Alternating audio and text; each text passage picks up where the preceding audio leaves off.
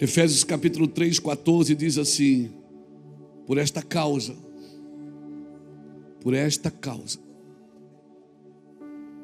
eu me ponho de joelhos diante do Pai, de quem toma o nome toda a família, tanto no céu como sobre a terra,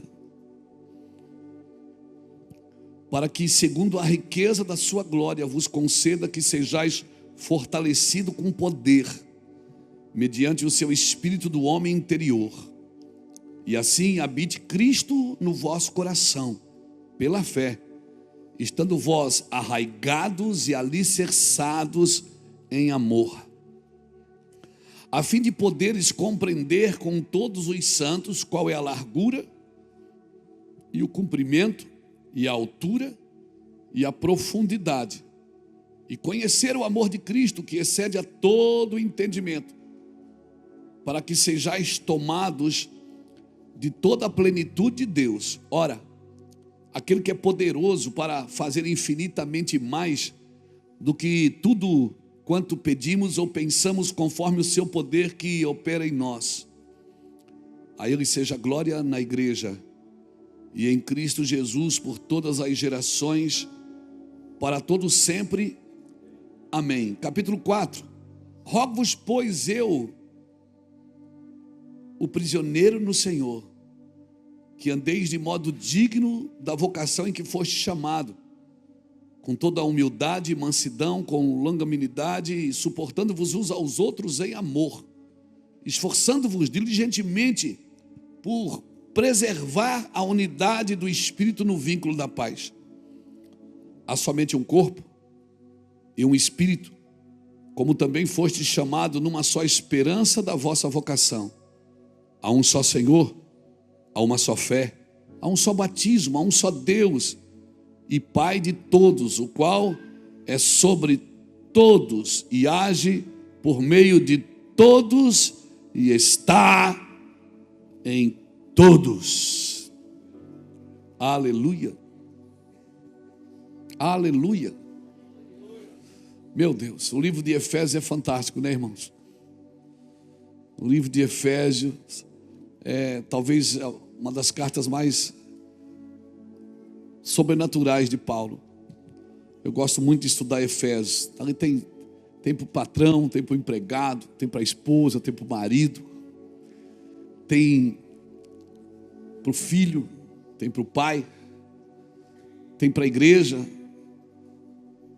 É uma carta completa, até para a guerra espiritual. No final, depois ele fala tudo, organiza tudo, ele diz: olha, vocês fiquem firmes, né? Use o capacete da salvação, calce os pés do evangelho, use a espada da lei, coloque o escudo da fé, a couraça da justiça, né? Depois de fazer tudo, fiquem firmes, lutem, guerreiem, né?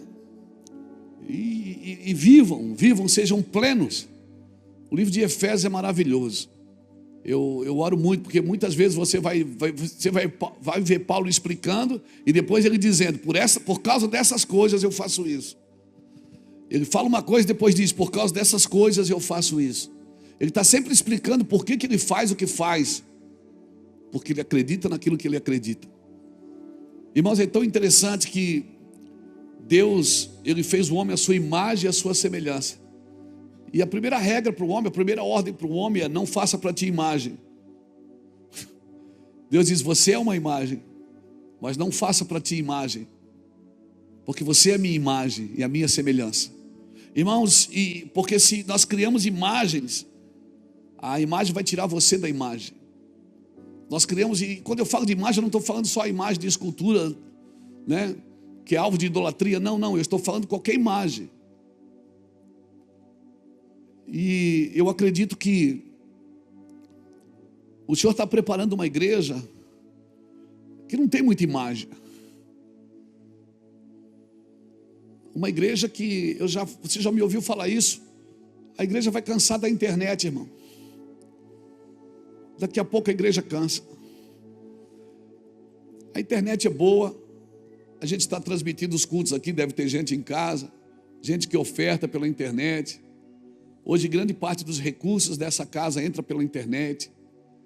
né? A gente liga um telefone, uma live, 3.000 pessoas. Nós temos muitos cursos na internet. A gente viaja o Brasil, às vezes as pessoas não conseguem ir, elas assistem pela internet. Mas tem um jeito de fazer igreja que é toque, que é abraço, que é beijo, que é comer o cachorro quente depois do culto, aquele molho que corre no braço. Oh, meu Deus, coisa boa ser crente. Sentar na roda para falar mal dos outros. Eu sei que você não faz isso, eu só estou, né, assim, minhas elucubrações aqui. Mas é bom demais ser crente. A vida cotidiana da igreja é coisa gostosa, irmãos. A gente fala da igreja, às vezes eu mesmo sou pastor da igreja. Eu até estava pregando essa semana, sexta-feira, em Balneário, até falei isso, de um cara que ficou, ele naufragou, ele foi o único sobrevivente de um naufrágio, ficou numa ilha por 20 anos. Depois, quando acharam ele na ilha, chegaram lá na ilha, tinha 3 construções. Ele construiu as 3 construções, com areia do mar, com pedra, com palha, com tronco de árvore. 20 anos, o cara tem que fazer alguma coisa. Aí o cara chegaram, né, acharam ele na ilha, daí o pessoal chegou na ilha para resgatá-lo, acharam, eu estou aqui há 20 anos. É mesmo, cara? Estava aqui no navio que naufragou há 20 anos. E essa casa aqui, eu fiz para me morar. Você que fez? Sim, foi eu que fiz essa casa para me morar. E aquela outra construção? É porque eu sou crente. Aí, eu fiz uma casa para me morar, eu fiz uma igreja para me congregar. Mas tinha uma terceira construção. Ela disse, e aquela terceira construção? Não, é porque eu congregava aqui, mas eu tive problema nessa igreja. Aí eu fui congregar naquela. O cara sozinho, ele conseguiu ter problema com a igreja, irmão. Ele disse, não, eu congregava aqui, mas daí eu me decepcionei aqui. Aí eu fiz aquela lá. E estou lá já há mais de 12 anos, estou feliz aqui. Eu fico imaginando a gente, irmão.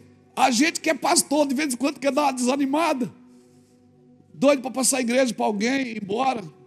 Esse negócio de ser... Deus olhou para você e disse, cara, você está muito sossegado, vou te dar uma igreja para você. Passa guerra, passa luta. Mas quem vive sem a igreja, irmãos? Quem vive sem a comunhão dos santos? Porque nesse lugar que a gente conhece a altura, a profundidade, o comprimento, a largura do nosso amor, da nossa paciência, da nossa vida com Deus, né? E a Bíblia tem uma sentença para os últimos dias, que o amor de quase todo esfriará. É 2 coisas que eu pergunto sempre: o amor de quase todos esfriará mesmo, Senhor?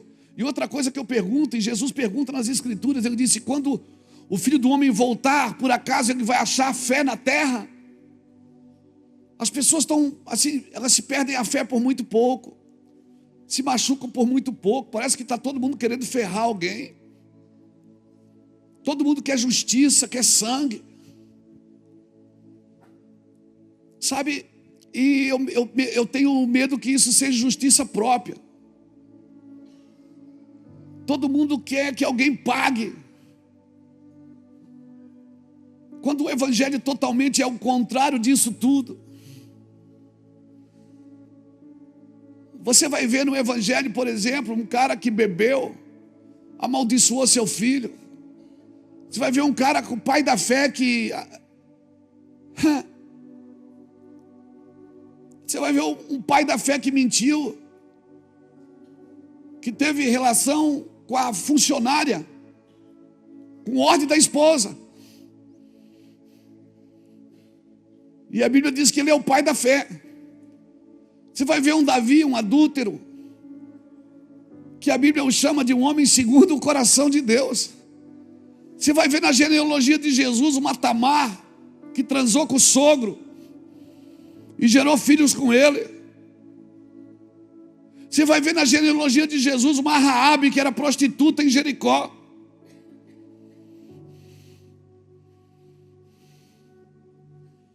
Você vai ver na Bíblia assassino virando profeta.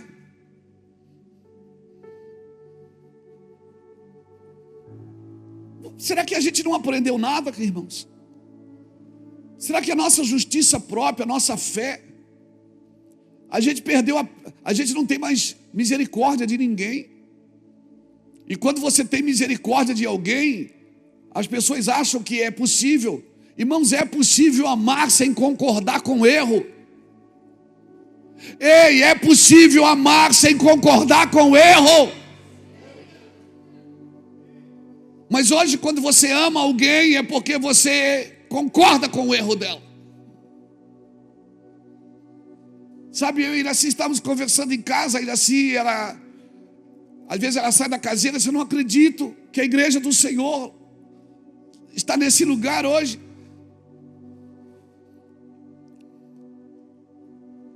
A igreja do Senhor, que era a igreja misericordiosa, a igreja que matou um inocente, que entregou a sua vida para que eu pudesse estar aqui. Quanto mal eu fiz para pessoas, quanto mal eu fiz para a gente.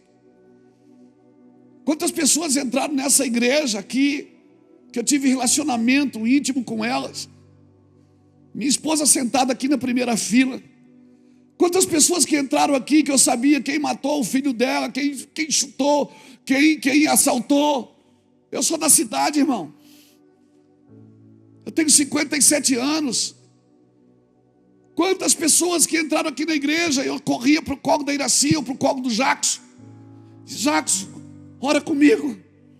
Por quê? Porque fulano de tal chegou aqui.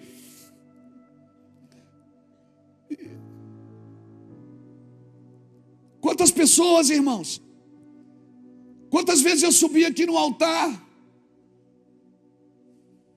ressabiado. No começo, hoje não mais. No começo eu subia ressabiado pensando, alguém vai entrar essa porta dentro e dizer assim, esse aí é um bandido. E eu era mesmo. Nos primeiros anos de Bevan eu ficava apavorado, porque alguém poderia entrar a porta dentro e dizer, ele fez isso, ele fez aquilo, e o pior, era tudo verdade. Mas o amor de Cristo me achou. E se eu tiver que negar amor para alguém, como eu fui encontrado, como eu fui achado, então isso tudo é uma grande mentira. Isso não é evangelho de Jesus. Eu posso amar você sem concordar com os seus pecados. Eu posso amar você sem concordar com os seus crimes. Eu posso amar você sem concordar com as suas imoralidades. Mas eu posso amar você. E se eu te abraçar e beijar, não significa que eu concordo, significa que eu te amo. Mas nós preferimos criar barreiras, não nos envolver, porque nós temos medo de uma reputação que está pregada na cruz. Uma reputação que está pregada na cruz. O meu Jesus tinha fama de ser amigo de pecadores. E eu não, eu tenho que ter o apóstolo. Eu tenho que ser o apóstolo, sem mancha e sem mácula. Porque essa é o protótipo de um homem perfeito que a igreja desenhou. Não, irmãos. O homem que eu acabei de ler, a carta que ele escreveu, foi um assassino. Arrastava mulheres, crianças, matava famílias inteiras porque elas adoravam a Cristo. E ele se tornou um homem que um dia encontrou Jesus. Quantos males esse homem fez, quantos males. Aquele homem que escreveu aquele cântico, a maravilhosa graça, a graça maravilhosa, aquela canção.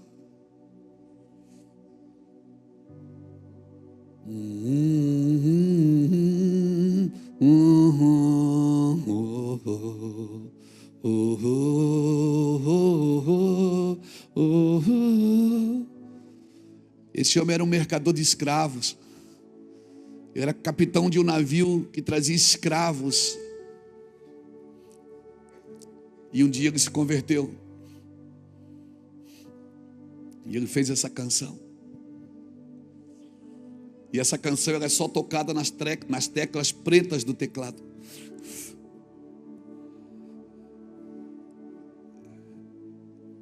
E ele começou a cantarolar os gemidos que ele ouvia no porão, os escravos cantando.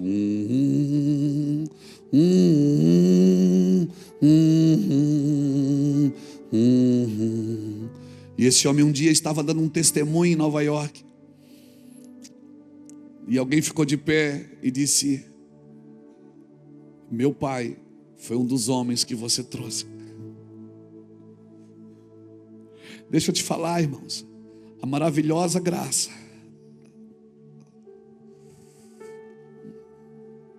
Eu vou te falar.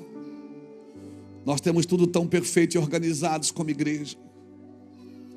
Mas como foi dito desde o começo desse culto, se eu não tiver amor, nada disso importa. Então eu quero pedir que você lute por essas duas coisas. Duas coisas que nós temos que lutar para que não aconteça na nossa vida. Às vezes nós estamos gerando proteção em lugares que nós temos que gerar condição. E estamos gerando condição onde nós temos que gerar proteção. Irmão, o evangelho é para dar condição das pessoas se desenvolverem. O evangelho é para dar condição para as pessoas voltarem para Cristo, aceitarem a Cristo. E se você tem uma reputação para defender, você não pode ser um cristão. E se você tem uma reputação para defender, como você vai amar as pessoas? Como se alguém vai ver você com fulano? Viu Jesus com Zaqueu, dizia: como que ele é crente se ele anda com Zaqueu? Viu Jesus com um publicano, dizia: como que ele pode ser crente se ele anda com publicanos? Quando viam Jesus, ei, não pense que eu estou pregando essa mensagem para defender, não, para me defender, não. Eu estou pregando para abrir os olhos dos cristãos que estão perdendo o amor. Que estão perdendo o amor. As pessoas sempre querem que você escolha um lado. Qual é o lado que você vai escolher? O lado do crime, da vítima ou do criminoso? Você não tem lado, o seu lado é o de cima. Você ama todos os dois lados. Você ama quem cometeu o crime e você ama a vítima. Você se coloca no lugar da vítima e sofre porque você também é pai e avô. Mas você também se coloca no lugar de quem praticou o crime, porque você... Isso não foi minhas práticas, mas eu já estive lá, eu sei como as pessoas pensam. Você também se coloca no lado da família de quem cometeu um crime. Deixa eu te falar uma coisa, irmãos. E nós temos que escolher um lado. Você é de direita ou de esquerda? Eu sou do alto, irmão. Eu sou do alto. Eu quero salvar a gente dos dois lugares, dos dois lados. Parece que a gente sempre tem que escolher um lado. Você é bom ou você é mau? Você não é perfeito. Nós somos do lado de cima, irmão. Então vou dar um recado para você: cultive todas as pessoas, porque certamente algumas brotarão. Cultive todas as pessoas que você puderem, porque certamente algumas brotarão. Não desperdice semente, não corra em vão, não compre lugares de evidência ou favores com coisas. Não compre lugares de evidência com necessidade dos outros, com situação dos outros. Não compre lugares de evidências. Não faça prosélito. Irmãos, cultive pessoas. Joga semente, alguma vai brotar. Amém? Não perca a viagem. Deus não perde a viagem. Deus não perde a viagem. Amém, irmãos? Mas quer que eu ganhe se eu amar uma pessoa que não merece o meu amor? Você ganha. Aqui na casa, aqui no restaurante comunitário, aqui. Hoje eu não consigo mais fazer isso, viajo muito, mas eu ia ali toda semana, para não dizer todo dia. Toda semana, principalmente quando era aqui atrás, a gente dava a palavra. Todo o Júnior começava a dar a palavra, eu vinha dar uma palavra. O restaurante ali, um dia eu estava ministrando. Aí tinha o irmão, o Zé. O Zé vinha com papelote de crack e dizia assim: ei pastor, tudo bem? Eu disse: tudo bem. Ô pastor, posso fazer uma pergunta? Eu disse: pode. Por que vocês dão comida para nós? Eu digo: você precisa comer, Zé. Ele disse: você quer levar nós para a tua igreja, fala a verdade. Eu digo: não, Zé, não quero levar você para a igreja. Ele disse: até porque a gente não tem nada para dar para vocês, né? Ainda me zoou ainda tirou uma onda. Eu disse: não, Zé, não tem nada a ver com isso. A gente dá comida para vocês porque vocês precisam comer. Ele disse: tá, mas eu vou sair daqui, ó, tirou a pedra do bolso. Eu vou fumar essa pedra aqui. Eu disse: pior para você. Pelo menos se você fumar pedra, você vai fumar de barriga cheia. Ele disse: então você está perdendo tempo. Eu disse: por quê? Porque vocês estão dando comida para mim, ó. Cara, eu não quero mudar, eu amo essa vida, eu gosto da rua. Eu digo: mas você não precisa comer? Eu disse: então deixa a gente dar comida para você. Ele disse: mas é perca de tempo. Eu disse: Zé, Deus não perde tempo. Porque se você que vem aqui comer não é transformado, nós que estamos dando a comida estamos sendo transformados. Porque nós estamos perseverando até o fim. Nós estamos acreditando, Zé, que um dia ele começou a chorar, irmãos. Ele começou a chorar. Não passou alguns dias, ele procurou o meu irmão Júnior. Foi para a casa de recuperação, trabalhou aqui com a gente. Aqui ficou 2 ou 3 anos trabalhando aqui na igreja. Então lance a semente na terra. Alguém vai brotar, meu irmão. Alguém vai brotar. Por estas coisas é que eu me ponho de joelhos. Você acha que eu fico de joelho para a igreja crescer? Você acha que eu fico de joelho para Deus me dar alguma coisa? Não. Para que a semente brote, para que a semente do evangelho brote. Porque eu fui chamado, você foi chamado para encorajar, respaldar e inspirar pessoas a amar a Cristo. Nós fomos chamados para isso, irmãos. Assim fazem as pessoas que governam com o coração de Deus. Irmão, Deus vai fazer tudo por você. Você crê que Deus faz tudo por você? Ele faz, mas Ele não vai fazer o que é para você fazer. O que é para você fazer, Deus não fará, meu irmão. Deus não fará. Mas por que o mundo não leva a gente a sério como igreja, pastor? Porque nós, como igreja, precisamos levar Deus a sério. Para o mundo levar a gente a sério, nós precisamos levar Deus a sério. Faz um voto? Faz. Falou que vai cumprir? Cumpre. Falou que vai orar? Ora. Falou que vai renunciar? Renuncia. A igreja, ela não necessita aprender com as demandas do mundo. A igreja aprende com Cristo. E a maneira de Deus alcançar, a maneira de Deus para alcançarmos justiça e santidade é renúncia, irmão. A maneira que a gente tem para alcançar justiça e santidade é renúncia. É primeiro pela entrega, depois pelo esforço. Não adianta ter esforço se não tem entrega. Eu sempre digo uma frase aqui, que Deus só dá reforço aonde tem esforço. Se não tiver esforço, Deus não dá reforço, irmão. Sabe que tem pessoas que Deus coloca do seu lado para treinar você?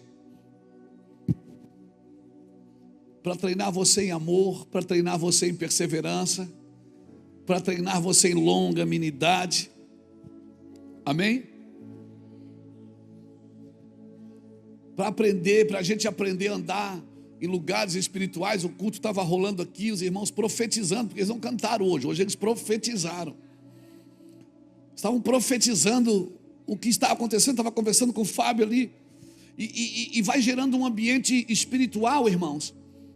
E nós temos que cuidar, porque num ambiente espiritual, eu e você não podemos liberar e nem cantar e nem liberar palavras que nós não estamos comprometidos com ela. Porque num ambiente espiritual a gente vai liberando palavra. À medida que o Espírito vai enchendo a gente vai ficando facinho, a gente começa a liberar palavras. Só que nós não podemos cantar e liberar palavras que nós não estamos comprometidos com ela. Porque eu e você já conhecemos o amor que nos salvou, amém? Sabe por que você está aqui? Porque você foi salvo. E você foi salvo por um amor que você já conhece ele. Só que tem um amor mais profundo que eu e você precisamos conhecer para Deus salvar os outros através da gente, irmãos. O amor que te salvou, esse você já conhece. Mas tem um amor que precisa passar por você, criar raízes em você para que você salve os outros. E esse amor é muito profundo. São dimensões. Ele é dimensional, irmãos. Por isso, esse amor. Então as pessoas querem saber o que você acha. O que você acha disso? O que você acha daquilo, irmãos? Eu não devo emitir opiniões naquilo que Jesus disse como verdade. O que Jesus disse como verdade, a minha opinião não serve para mais nada. Não importa o que você faz, porque se o que você faz está fora de Cristo, isso está morto. E morto não se enfeita. Quem enfeita o morto é a funerária. Morto ele ressuscita ou não. Amém? Amém?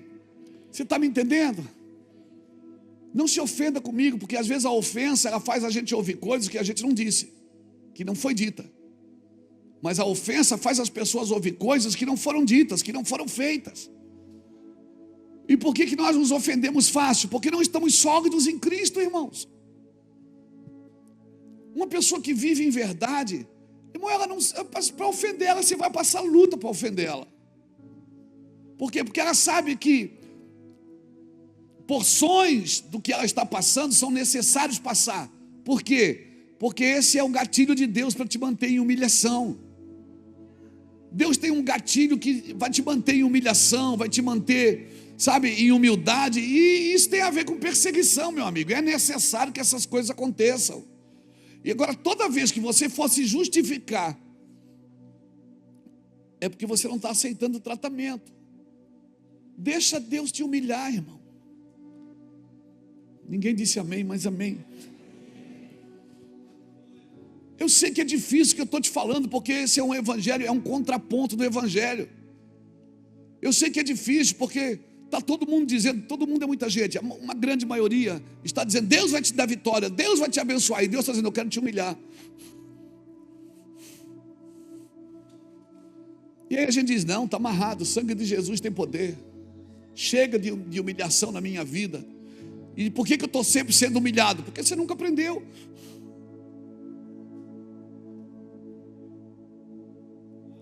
Eu tenho sempre uma resposta para dar, um argumento para me defender.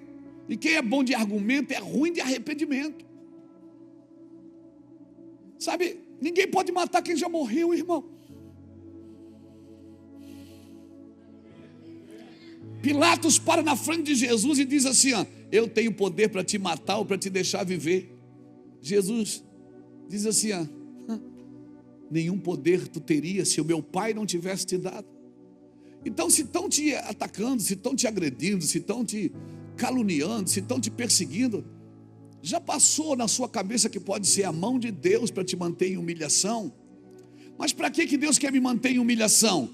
Por causa daquilo que está vindo. Se você não tiver jogado no chão humilhado, quando vier você vai ficar muito grandão. Então às vezes Deus tem que te manter lá embaixo, no chão, para quando chegar aquilo na sua mão, você celebrar. Celebra, porque você tem que celebrar o que Deus te dá mesmo.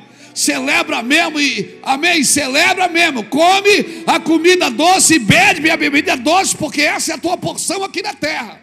Celebra mesmo, aleluia. Tira selfie. Ai, que lindo. Comprou uma roupa nova, tira selfie. Comprou um sofá novo, ai, que lindo Deus me deu. Celebra, mas depois de celebrar, você volta para a fonte, porque nada disso interessa se você perder o lugar. Então tem coisas que Deus tem que fazer agora. Por que ele diz, santificai-vos hoje, porque amanhã eu farei maravilha no vosso meio? Por que ele quer que você se santifique hoje? Ah, porque se eu não me santificar, Deus não faz? Claro que Ele faz, irmão. Ou você acha que Deus precisa da tua santidade para Ele fazer alguma coisa? Ele está dizendo o seguinte, vou ler na versão Luiz Hermínio, capítulo 1. Ele está dizendo o seguinte: Luiz, eu vou fazer algo na sua vida.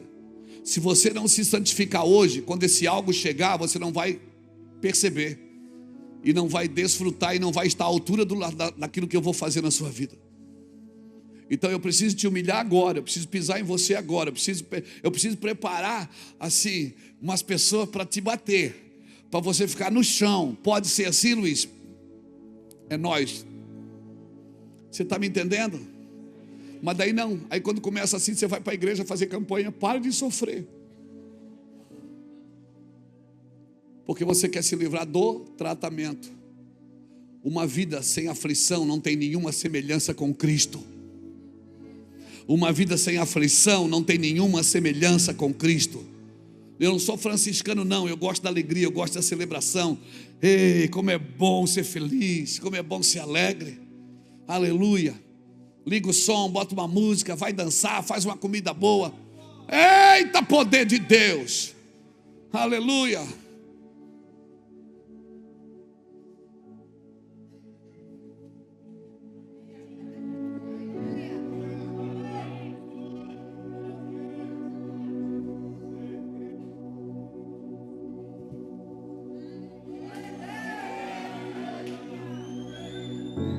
Celebra a tua vida, mano.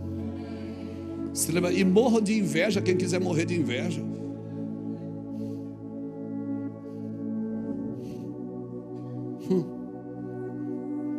Não, mas é que eu tô. Não, ei, o ambiente não blinda você não. O que te blinda é a obediência. Porque Adão, ele caiu no paraíso e Jesus venceu no deserto. Não é o ambiente que te forma, é você que forma o ambiente. Não é, mas eu estou na igreja, aqui estou na igreja, eu estou salvo. Lá fora, não vai nessa não. O primeiro crime da Bíblia aconteceu num ambiente de culto. Foi por causa de um culto. O primeiro homem que caiu na Bíblia, caiu no paraíso. Foi no paraíso, ele estava todo protegido e blindado. Mas ele caiu, por quê? Porque o ambiente não te blinda, o que te blinda é a obediência. Por isso Deus prefere te ter no deserto do que te perder no paraíso. É por isso que hoje ele não leva mais você para o paraíso, ele leva para o deserto. O crente diz, eu estou no deserto. Você vê poucos crentes dizendo, eu estou no paraíso. Ele diz, não, vou deixar o paraíso para o final. Quando eu comecei com o paraíso, terminou no deserto. Agora eu vou começar no deserto para terminar no paraíso. Pegou? É. Fica comigo aqui, irmão, não me abandona. Então me dê uma razão para Deus te dar mais unção. Me dê uma razão para Deus te dar mais dinheiro. Me dê uma razão para Deus te dar mais fogo. Me dê só uma razão. Por quê? Por quê, pastor? Porque Ele quer fazer isso.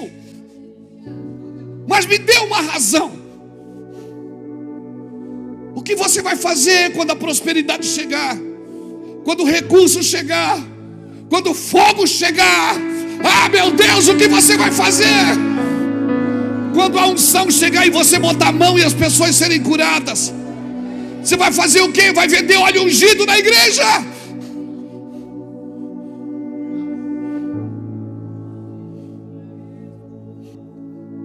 E quando você ficar famoso, você vai cobrar para ir nas igrejas? Então me dê uma razão para Deus te dar dinheiro. Para quê? Para quando você tiver pisar nos outros que não tem. Se você tiver uma razão clara, contundente, formada em Deus, certamente Deus quer fazer isso com a gente. Deus quer fazer isso, mas a pergunta é: me dê uma razão, Luiz, para que eu te dê mais.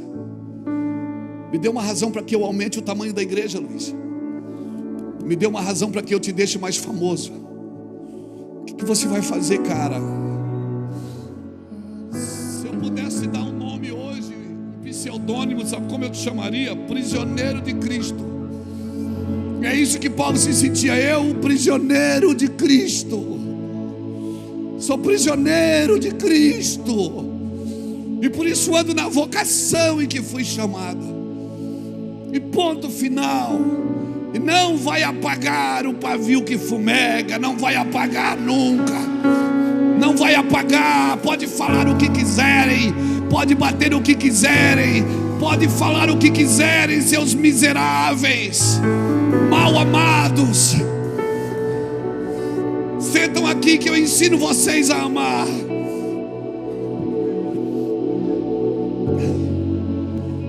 Não vou deixar apagar o pavio que fumega. Não vai apagar nunca. Nunca.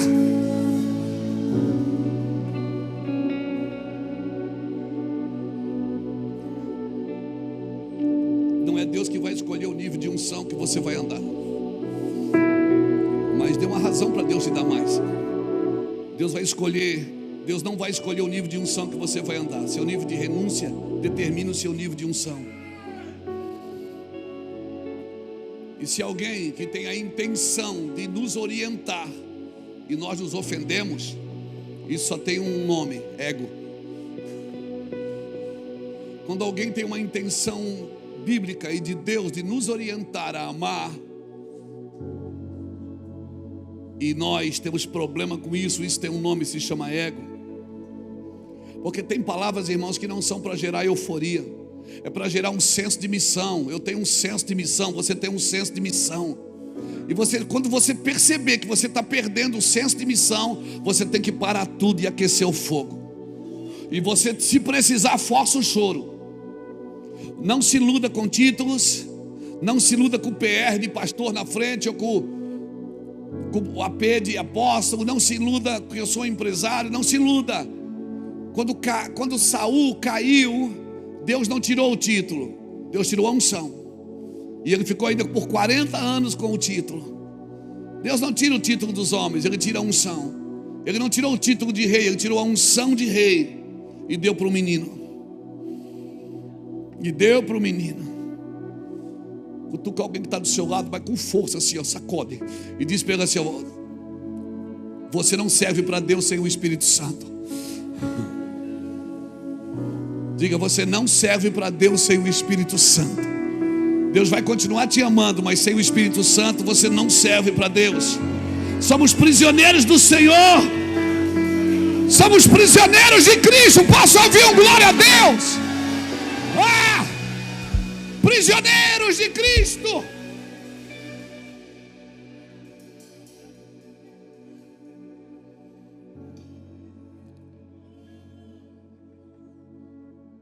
Como diz o profeta da Filadélfia, Rock Balboa, não é o quanto você bate, é o quanto você suporta apanhar e levantar e começar de novo.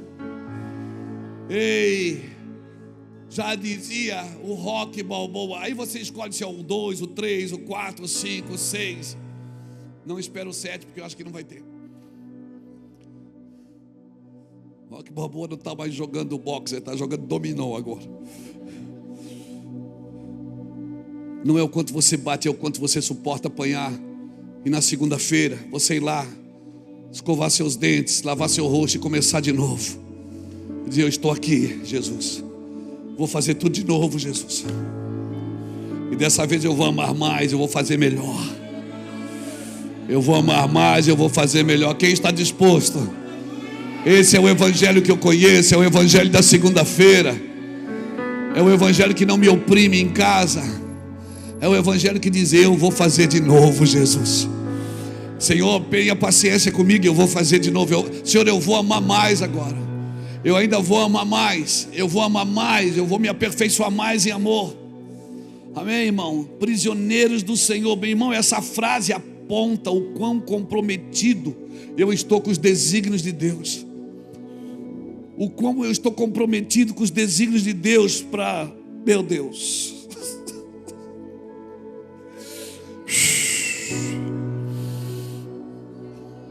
Agora ninguém se reconhece prisioneiro de Cristo sem uma consciência absoluta de comprometimento com a sua vontade.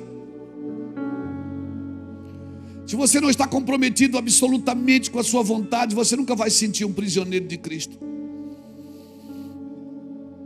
Agora, só é possível falar de comprometimento absoluto quando há uma gratidão absoluta. Quando há uma gratidão absoluta. E graças a Deus, nós aprendemos isso. E a Iraci nos faz lembrar todo dia. Quando ela põe uma comida que a gente diz, só tem isso, ela diz, agradece. Quem já ouviu isso? Você só tem uma consciência de comprometimento absoluto se você tiver uma consciência de gratidão absoluta. Vai lá. Não haverá na sua vida nunca um compromisso integral, uma disposição inabalável, se não houver um senso de gratidão completa. Porque viver com Deus é uma condição primária para todo crente, irmão. Viver com Deus é uma condição primária. Não há vida fora daquilo que Deus propõe. Não há vida. Se Deus propôs para você vida, não há vida fora daquilo que Deus propõe para você. Você não vai conseguir viver fora daquilo que Deus propôs para você. E você vai ter que amar.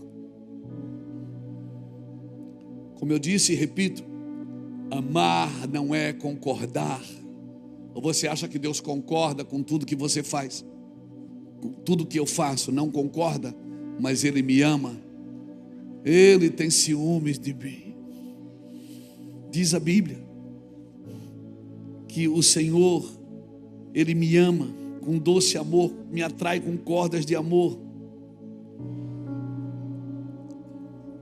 E eu vou dizer alguma coisa, não se assuste.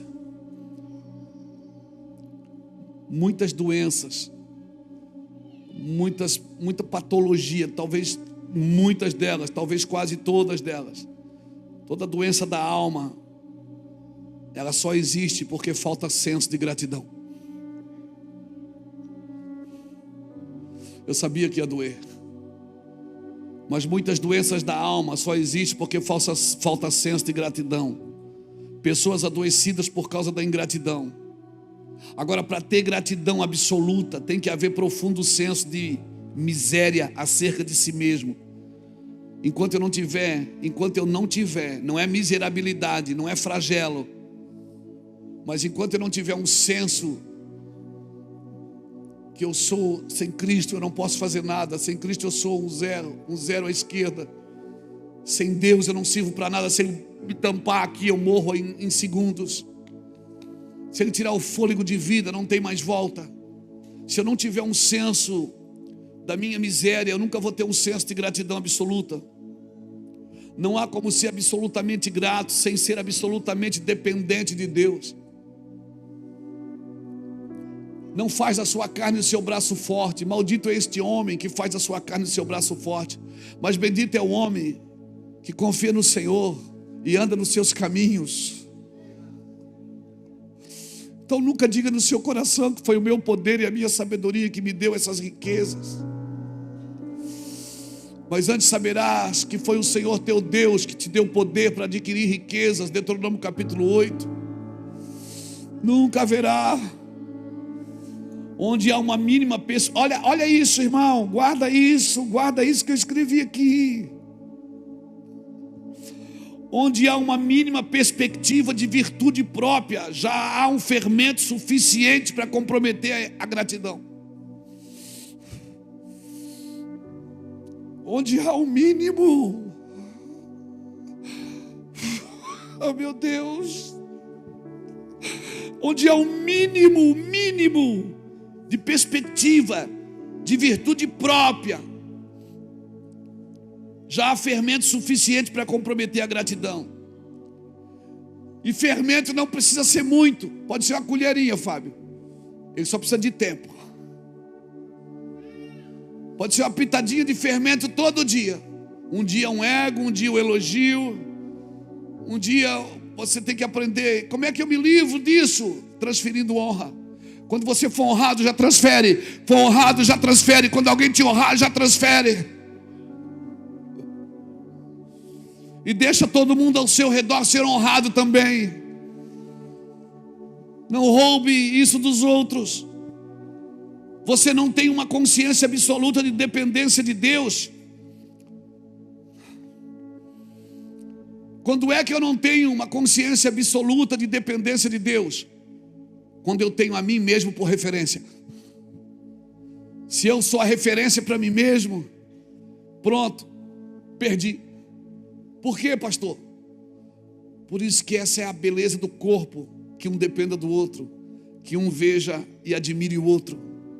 Levai a carga uns dos outros, nem a sua carga você pode levar sozinho.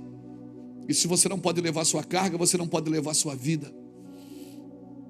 Essa é a beleza do corpo de Cristo, da igreja. É isso que torna, é por essas coisas que eu me ponho de joelho. Paulo diz, é por essas coisas que eu me ponho de joelho. Por causa de vós, como prisioneiro de Cristo, andem na vocação em que vocês foram chamados. Se você tem uma consciência absoluta de dependência de Deus, você nunca vai ter a si mesmo como referência. Mas se você não tem uma consciência absoluta da dependência de Deus, você tem a si mesmo como referência. Eu não vivo mais sem eu me amo. E o resto que se dane. Toda ação que começa no homem não busca gerar espiritualidade. Toda ação que começa no homem na busca de gerar espiritualidade não tem poder nenhum contra a vaidade. Por quê, pastor? Porque pureza é diferente de santidade. Pureza começa no interior, santidade não. Por isso que você não pode começar uma doutrina de santidade sem pureza. Porque se você começar práticas de santidade, eu vou mudar de roupa para ser mais santo, eu vou mudar de penteado para ser mais santo, eu vou mudar minha postura para ser mais santo, sem pureza, isso vai virar religiosidade. A pureza vem de dentro. É por isso que é necessário, porque quem vê a Deus não são os que se santificam, são os puros de coração. Eles verão a Deus. Por isso que toda prática de santificação que não começa na pureza interior, ela vai terminar em religiosidade. Se eu não sou grato, não sou comprometido com os planos de Deus, e aí o meu Deus passa a ser eu mesmo e o meu ego, e aquilo que eu acho ser verdade. Por isso que tem muitos donos da verdade na internet. Já perderam a comunhão com Deus. Já perderam a comunhão. Se o Senhor propõe cadeias para você, é cadeias que você tem que ter. Se o Senhor propõe algemas para você, é algemas que você tem que ter. Se o Senhor propõe açoites para você, é açoites que você tem que ter. Se o Senhor falou que esse ano você vai passar luta, você vai passar luta. Não vai para a igreja fazer campanha para sair da luta. Você vai passar luta com nobreza. E se depois dessa luta, sabe o que vai acontecer? Você vai ficar mais quebrantado, vai ficar mais amoroso, mais carinhoso, mais acessível. O ego vai embora, a soberba vai embora, aquela vaidade do inferno vai embora. Você vai ficar mais acessível às pessoas. As pessoas vão olhar e vão dizer: o que está acontecendo com ele? A pedagogia de Deus te ensinou a humilhação, te ensinou o que é depender completamente de Deus. Não é pecado ser humilhado.